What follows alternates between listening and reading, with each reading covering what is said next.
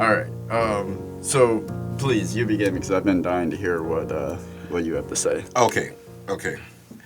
I first and foremost, the very first thing that I didn't even realize who the first off O'Connell looks like O'Connell, and when we interview him later, looks nothing like Canoe because his hair is let down. But the first thing I saw, I said, I almost thought it was plagiarism until I realized one movie came out first. Clearly, The Wait came out before the Django Unchained. But now I clearly know where they got the idea and how to dress Leonardo DiCaprio as Calvin Candy. It had to come from this film. It's somebody from the Django Unchained, the set dresser, had to see O'Connell as Canoe. Do his hair, his Yeah. mannerisms. I'm like, that's fucking Candy. It's Candyland. You know what I'm So saying? you're saying that Leonardo DiCaprio is one of the fans out there of The Living Wake. Either Leonardo DiCaprio or the person that dressed him. I'm fact check that. Yes, I'm saying that. Leonardo DiCaprio picks his own clothes. He makes his own decisions on set. Hey, that's the cap. Nobody tells. And I'm not talking about America. That's America's ass. Yeah, nobody tells Arnie what to do. There you go. So that's one of the first things I noticed. But also about the character, and I'm going to speak with O'Connell about this later. Is that his character? And forgive me for forgetting the guy's name. Our guy from Clue, the head guy from Clue that we always talk about. About Tim Curry. Tim Curry. Okay. Yeah, I felt like I was watching. Angela's gonna hate you. Well, she's not going to hate me because we got Tim Curry into an episode. She's going to love me. Pulp Fiction, little love song. Anyway, but no, but we had, I felt like Tim Curry, Barney Stinson, and McFarlane, who does Ted, the character Ted. Like I felt like all three, and my guy from Modern Family. The gay uncle. Oh, okay. Yeah, yeah. Like I'm feeling like all those characters were messing in one, and I enjoyed all of them. It's like the character says what's on his mind, and he undoubtedly believes it. And to me, I'm a very confident person, and so for me to dive into that character, all I knew is I saw someone who firmly believed. But we'll get back to more talking points. I'm just telling you what I thought, and so please, I know you have a multitude algorithms, numeric codes, breakdowns. Yeah. Quite a little bit. Yeah. Beautiful Mind is coming up. Here we go in 3, 2. Now, I'm going to try to condense this down. I'm very attracted to the absurdity of this movie. Like you said, it's a refreshing break from reality. It has just enough recognizable emotions, like what we come to know from reality. It has just enough of that sprinkled into this weird universe it's created that it stays just grounded enough for it to hit home on certain subjects. The line that the funeral director, rest in peace, not coincidentally, it's been a little while since the movie was made, and he was an older gentleman at the time, but rest in peace anyhow. The funeral director has passed away since then. Ironic. The line that he says sums up pretty much what I love so much about this movie. He says, death is a serious business and will be treated as such until it stops happening. And that right there, death is a serious business and will be treated as such. This movie does the exact opposite of that. And few movies dare to approach subjects like death and, I mean, really just death and all of the things that come with that. Few movies dare to approach that from a comedic angle, and even fewer movies are able to succeed in approaching it from a comedic angle. I think this one pulls off that balance beautifully. So I do have a. Do you have any additional thoughts before I dive into a theory that I have about the movie? Yes. One thing I did want to bring up to you was I saw a three movies tied into this for me, and I don't think anybody else will put these three together. It was Talladega Nights, it was The Truman Show, in this film. And one of the theories that I had, or not even theories, but one of the things that kind of combined these films were me, like they all either went on what the words of their dad, like not necessarily in The Truman Show, because he just saw his dad, get killed in the water allegedly or whatnot. But there, like I will say, as far as The Truman Show reference was, the dad from The Truman Show and then the dad from The Living Wake, Jim Gaffigan, they had a lot of character. Even how they were dressed was the same to me. But one of the main things from Talladega Nights to this, I don't think anyone's made this reference. Like Ricky Bobby went off his dad saying you're either first or you're last, and his dad was like, man, I was high as shit. when I said that. Like, man, no, of course you get a second or third. You know, he's bringing that shit up. But with Canoe, he didn't get his dad's last word. So whether you got him or not, Banu. why do I keep saying Banu? Because canoe is a normaler word. That's the first time I've said that today. But okay, 3, 2, 1. And with Banu's father, he didn't get it. But not only worse than not getting, his dad was like, "Hey, there's this one powerful short little monologue thing," and then he gets apparently destroyed by beavers. I'm sorry, spoiler alert, which was amazing. You know what I'm saying? He's like, and then I found out he dropped a toy panda. I thought he had bought his kid a real koala bear or whatever it was. I thought it was really a koala, and he's like, I dropped it, and so I jumped the gate. Like, I'm sorry. Go ahead, man. No, that was I see the resemblance between his dad and it's that problem that we all or the mistake that we all make with our parents is we eventually hopefully all get to a certain age where we realize we have that realization, that aha moment where my parent is not this all-knowing figurehead. They're human just like me, still figuring out. And you shouldn't really put too much weight on any words that they say. I like to put it as they're not superheroes, they're action figures. And what I mean by that is like, they're on the front line. They're the ones with the kung fu grip. They're not flying but as you grow up, you get to see it. And so to me, like, I'll discuss it later, but with Banu, I really think that everything that happened to him in his childhood, it fueled him and we'll talk about it later, but his dad kind of speaks to that, but go ahead. Any theories, like, from you seeing this back then, because we know it was made in 2007, or released in 2010, so you fell upon it. So what are your theories? So I will try to keep this theory as short and sweet as possible. I'm going to sum it up in a brief but powerful monologue. Okay. All right, so the whole experience feels more like a well-crafted parable than a traditional narrative. What are some clues that tell me I'm watching something that doesn't take place in reality as we know it? We know that diseases are not as punctual as the grave and vague disease that K. Roth has, and it's not possible for someone to be given the exact time of their death in advance unless, of course, that time was given to them by somebody that was about to murder them. Like, hey, you're about to die in 3 minutes. Minority Report. Yeah. We also know that the main characters in general are just kind of off. It's almost like they're performing on a stage in one of K. Roth Banu's productions. So that was another clue. The biggest one for me was when they get to the clock shop. That really sold the idea for me that this was a parable of metaphors, how it explores the idea that time is an illusion, but we still try to buy ourselves more of it. How Mills' watch keeps breaking throughout the story, almost as if it's a representation of him wanting more time with K. Roth as his only friend. The fact that Mills' watch starts working again on his way to do the Viking ceremony, like pretty much after he's accepted the fact that K. Roth is gone, that's when you hear his watch start ticking again. So that felt very metaphoric. So if this is a parable, the purpose of a parable is to impart a message. So what is the message of the parable that is the living wake?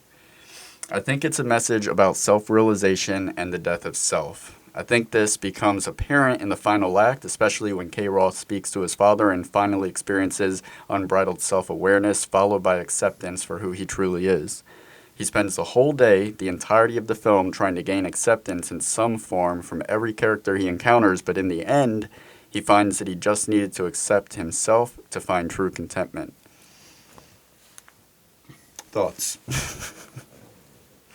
I can tell that, see, it's one thing for people to say, hey, this is my favorite film. Like, don't tell me it's your favorite film. Tell me, I need introspective. I need to know why it's your favorite film. And hearing you say that, you brought up several integral points that I couldn't even encompass or even think about, because of the fact that you are correct with Mills being able to, like you say, his clock breaking, and then it happening again, or even when Banu is in the time clock, when he's in the basically the timekeeper shop or whatnot. All the clocks are different times, and he says he's like, which one's right? He definitely asked him that, so now he's trying to figure something like maybe it's going on in his head. But furthermore, the guy says, well, if you're not, well, he's like, just tell me what time it is. He's like, well, if you're not going to buy a watch, I can sell you time. So even hearing him say that, like, sell, like, even the funny part about that, that's a line from close line from that Robert Downey Jr.'s father, or Iron Man's father in Endgame, says, no amount of money ever bought a second of time. So even just hearing stuff like that, like time is a parable, and they were in a different reality. So to me, it speaks to your point. And again, it shows it almost makes me think. I mean, that's not where I went with it, but it really makes me think that all of this really could have went on in his head. The approval of his parents, trying to do all these things. And one of the things that and we'll talk about it later with O'Connell or Banu, whichever eccentric character he's being today. But one of the things that really got me about this film, and why I said, you know what, it's a staple for me. It's almost a teaching film. This is a film I would, if I was basically a professor at Juilliard or somewhere, film school, what I would do is I would show this film, because to me, and like I said, this is a film, like if I was a professor at Juilliard, at Florida State Film School, or wherever, the reason why I would show this is because when I look at this from Banu's perspective, and when you're trying to make a film, I've lived that role. I've lived the role of being a director. I've lived the role of being a photographer, an actor, a voice actor, a writer, an extra, going to pick up donuts, craft services. I've done all of those roles. And to me, it was always not about being accepted. It was about, what more do I have to do to show how good I am as being an actor, as an artist, as a thespian? So to me, when I'm not going to reveal the punchline at the end of the film, or should I say what happens at the end of the film, but with that being said, to hear them wrap that up and say, but you were never scared. And that resonated with me so fucking much. It was just like, no, I was never scared. Almost, now this finna fuck everybody up.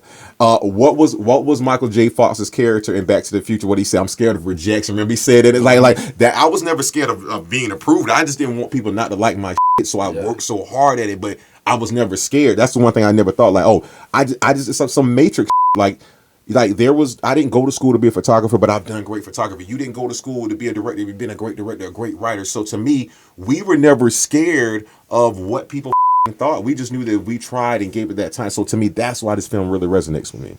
That's a good point. It is a perfect movie to show to film schools or film students, or people that are aspiring to be filmmakers, because not only do you get a very introductory level to just the basic fundamentals of making a good, solid film, you also get the content of it is preparing you for the trials and tribulations that you'll experience internally trying to be an artist in an artistic world.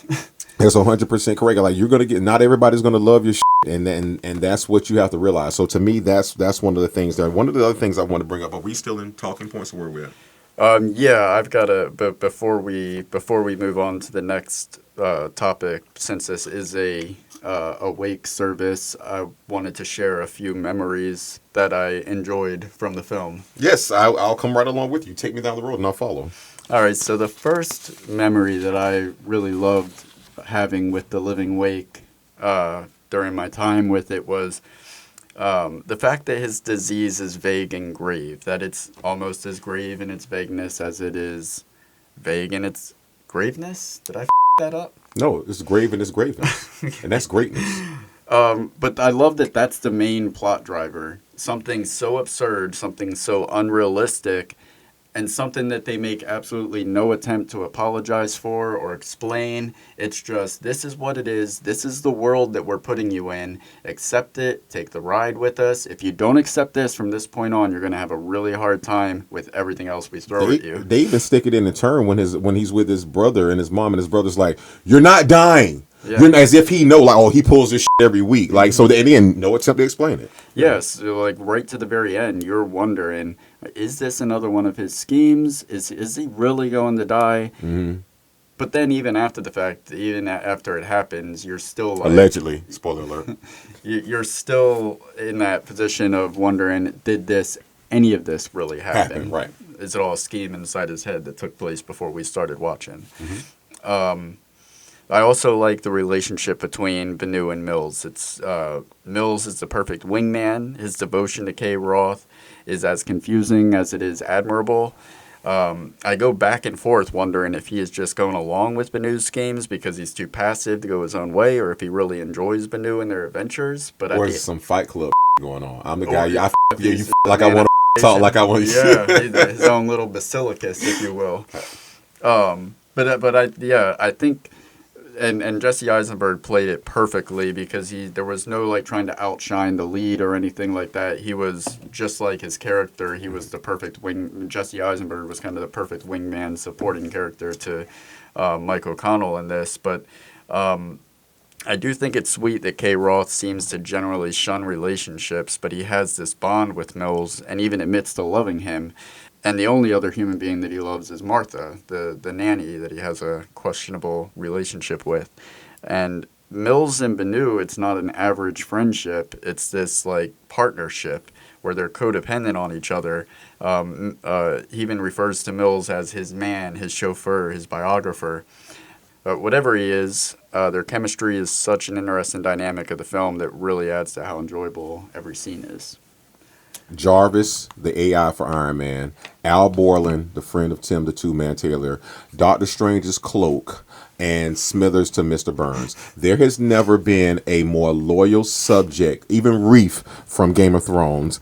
There's never been a more loyal subject to anyone. Like that's the one. That's why this movie has to be chronicled in a time capsule. Like more what to quote Iron Man from Avengers Endgame. What is he? No, Infinity War. What is this? Your no? That was Doctor Strange. What is he? Your liege? Like is your man boy or something? Like I have no idea what he's talking about. Doesn't matter. My Marvel fans do. That's another 10 subscribers right there. Bring it on. Bring it on. Bring it on. The monologue / theory that you brought up earlier makes more sense to me because the more and more I talk to you about it, I see this. It's a different version of A Beautiful Mind. Like, I mean, everything is happening inside Benu's head. Now, the more I think about it, I don't know if they meant for it to play out that way, but the beautiful part about it, as we will discuss with Mr. O'Connell later, is that he had this in his head for quite so long. So it's like it's out of your head and you're making a movie about your head. And like we told you, this is not a standard film. You will learn about Broadway, stage play, and filmmaking and independent filmmaking all in one film.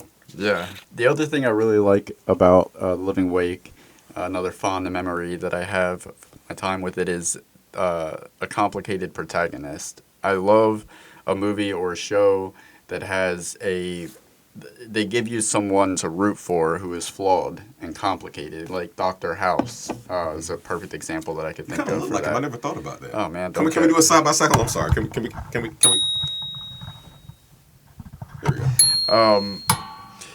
So yeah, they give you a lead that's not just the good guy. You get a sense that K. Roth wants to be good and seems to have a good heart. But as the story unfolds, you could gather that he's a disloyal, scheming alcoholic with a potential history of mental illness. So you have this like lead. Cut off the funding. Yeah. So you have a lead that you don't really, you don't know if you can fully trust them, but you also really want to. So that makes the movie very interesting to me. So, one thing that I came across here, and I'm gonna pull this up. One of the things that really I know we're still at talking points about the film, but one of the things that I want to bring up here is there were a lot of like, put it this way. You can tell that to me O'Connell was for my enjoyable purpose is meant for, and this is just me speaking here, is meant more for Broadway or stage play because his delivery. This movie, the dialogue in this film is up there with. I'm talking about I know we normally do top 3 quotes. They should have been top 300 quotes. There's no way you have to at least watch this movie 7 to 10 times. And it's not like that difficult to understand. But as far as to catch all the beautiful this is one time where it's not visually, it's written so well that it's almost like, damn, if I'd have just listened to this, my mind would have took me where they were. It's almost, and I'm not saying it's to be bad, but it's almost a disservice to me to visually see it now because though the words brought a story alive. It reminded me of like when you're watching it's a Christmas Story and he was listening to that show to get the secret decoder ring and all that. Like you had to it brought me back to a time to where you actually had to use your mind. You can't just rely on your visual to tell the story. Yeah, he says it perfectly, and when we talk to him later, that it's like a storybook universe, which that's Mhm. it. Yeah, it felt like everybody. Um, I don't know where I was gonna end that, so I'm just gonna move on. The the I'm beside myself today because think about who your favorite writer, actor is in the world. Do you have somebody in your head? I can't see my mirror. Imagine you just talk to them for almost an hour and a half about your favorite movie in the world. That so forgive me, I'm not on drugs. I'm just on O'Connell. The last thing Sounds like you're on a little no, a little Robert Kibanu. the musical numbers, they were such a pleasant surprise, specifically because they come out of nowhere in like towards the end of the second act and the third act. Uh, all of a sudden, it becomes a musical, and like, how could the movie get any stranger? Let's let's make it a musical out of nowhere. I love that, but let's not harp on that because you're trying to steal some of my thunder. That's coming Can back later. I will just say one note that I had about one Dress for Death at the end is was an awesome song. It was a fantastic moment, and uh, if I heard that song on the radio and you told me this is Neil Diamond's Dress for Death, I would be like, man, that's Neil Diamond sounding good these days. It played like a Neil Diamond song for me. Neil Diamond is so awesome. I know it's random, right? We're coming to America. Oh yes, yes. So one of my last points, as far as talking points, is that as far as they did a very good job of touching when you do a film, people like you got to talk about what's near and dear to your heart. And so for me, with this film, they touched on a lot of things and they did it in a lighthearted way. And I'm only echoing what you said earlier. I'm just diving a little deeper into it. Is that they were able to discuss people who had gambling problems, drinking problems, mental illness, prostitution issues, or scared of death, or people who jump on WebMD. He reminded me of someone who jumped on WebMD one night, and it said if you are coughing and have red skin, you're dying in 19 days. So now all of a sudden you're telling everybody, hey man, it's been a hell of a ride. We're finna go and get out of here. Like, so they address so many things without having you say that's so PC or having somebody after them, this group, that group. I'm not even going to name, if I name a group, then I'm going to get attacked about the anti-groupers who don't name groups. But point being is like, they did a good job with no one being offended. I've only seen certain shows, like we've talked about the show Atlanta, how they do a good job of discussing stuff without necessarily offending people. Or and honestly, I miss the time where comedian. I feel like comedians should be the only artists who get to talk about any and everything, because sometimes laughing about stuff, no matter how painful, makes it just a little bit easier. Yeah. So with me, this is a comedian who is a writer, who is I mean that he basically brought who he was. When we discuss this with him later, he's a musician, he's a playwright, he's worked on with King. And he's not a name dropper. He's worked with these people. He said, I've worked with these people. I have these relationships, and it's still hard. All that. What do you want to be when you grow up? That. What are you going to work towards to be when you grow up? Because if you're not working towards it, it's not going to happen. Yeah.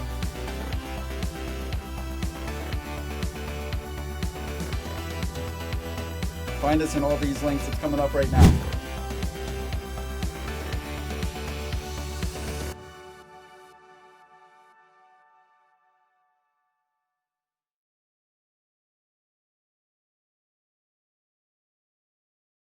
That's the trailer.